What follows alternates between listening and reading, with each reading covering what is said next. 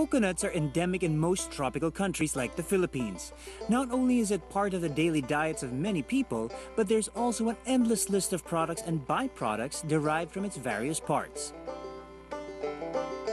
Sabi nga nila, the coconut is a tree of life kasi kahit yung basura niyang waste coconut husk, lahat nagagamit pa rin. And that started our waste coconut husk factory. Gusto naming linisin ang ilog namin, so ginawa namin, pinoprocess namin yung waste coconut husk namin into coconut para nang sa ganon, hindi na nila itatapon sa ilog. Senator Manny and I are staunch supporter of environmental causes. So kami po ay may mga tinutulong din to promote environmental protection. Yung Villar Foundation po ay establish namin to help people be able to have livelihood projects. The Coconut Coir and Peat Enterprise was originally conceptualized as one of the projects dedicated to their river rehabilitation. Gusto naming linisin ang aming river para wag kami magkabaha at kami bumabaha.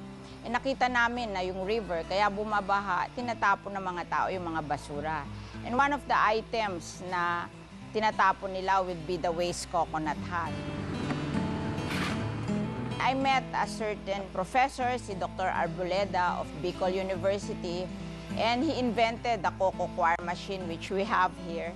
Yung Coco Coir machine na yun, pag ipinasok mo doon yung waste coconut husk, napoprocess nila, naghihiwalay. 70% would become fiber, coconut fiber, and 30% would become coco peat. Yung coco fiber, yun ang ginagamit namin na paggawa ng coconut. And then yung coco peat, ginagamit naman namin yun to make organic fertilizer at saka charcoal. Ang coconut, ginagawa nila yung soil protection from erosion. At ginagamit din niya ng mga mining companies para i-restore yung mga mining sites. Kasi siya ang nagsusupport sa soil para wag mag-erode ang soil. Instead of cement, because cement is very expensive, 80% cheaper ang coconut. Tapos tong coconut na to, pag nilagay mo, tatamnan mo ng plants yung mga butas ng net.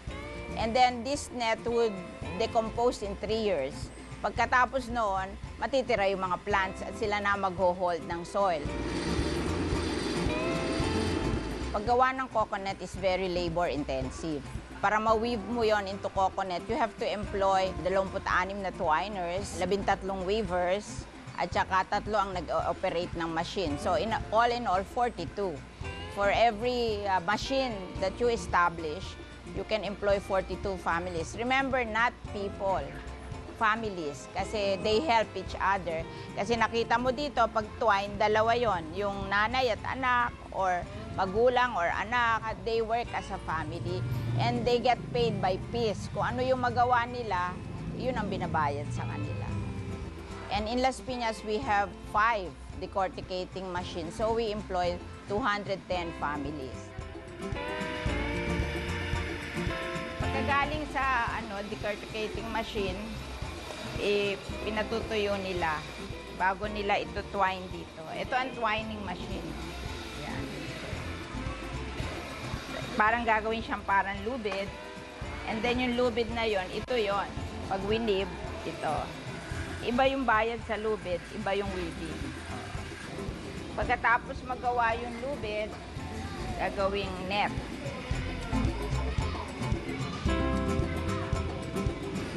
Ito yung final product. Ito ay isang rolyo, 1 meter by 50 meters. Kapag ikaw naka 3 a week, 1,000 ang bayad dun. 1,100, no? So may 3,300 ka per week. Kasi this is a new technology, so yung mga tao hindi naman naniniwala na they will profit from it. So nag-start kaming maliit. Nung nakita ng iba na kumikita yung kanilang mga kapitbahay through this, then sila na mismo ang lumapit sa akin, natayuan ko rin sila ng ganitong factory dahil gusto rin nilang kumita, especially the housewives na wala namang trabaho dahil hindi nila pwedeng iwanan ng kanilang mga anak.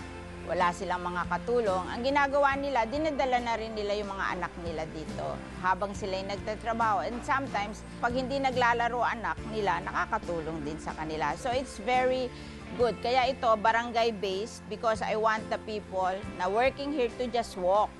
Kasi kung magpapasahe pa sila, baka wala silang pasahe, hindi pa sila makatrabaho. Nagpaparal ako ng anak ko ng first year college sa ngayon. Dito ko kinukuha yung tuition ko.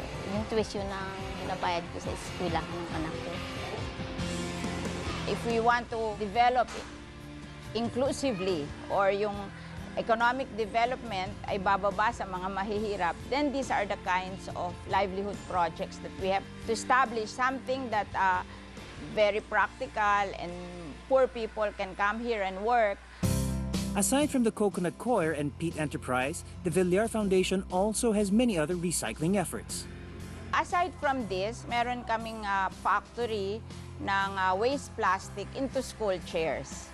So, yung mga plastic po namin dito, nire-recycle namin to school chairs. At yung mga school chairs, pinamimigay namin sa mga public school dito sa neighboring towns of Las Piñas. And then, we do yung water lily, which is also recycling. Kasi, pag hindi mo tinanggal yung water lily, babaha ka. So, ito, pagtanggal mo ng water lily, you can weave the water lily into nice products. We have, of course, yung kitchen waste namin, kinakarga namin on a barangay level sa composting facility, and then we produce a lot of organic fertilizer which we give away to the farmers. Indeed, if we only put effort into it, we can discover how to make good use of our scrap materials and even make recycling a livelihood project benefiting the whole community. Yung ating mga waste, marirecycle natin. Alam mo, mahal din ang magtapon ng basura. So, pag hindi na tayo magtatapon ng basura at marirecycle natin, then nakatulong tayo kasi expense din ng government to throw away garbage and nakakatipid tayo. And at the same time, malinis pa yung bayan natin, malinis yung ating mga ilog. And natututo tayo what really recycling is all about. It's not just yung paghihiwa-hiwalay natin ng waste and ganon. It's a matter of finding the right technology to recycle waste or to convert waste into something useful.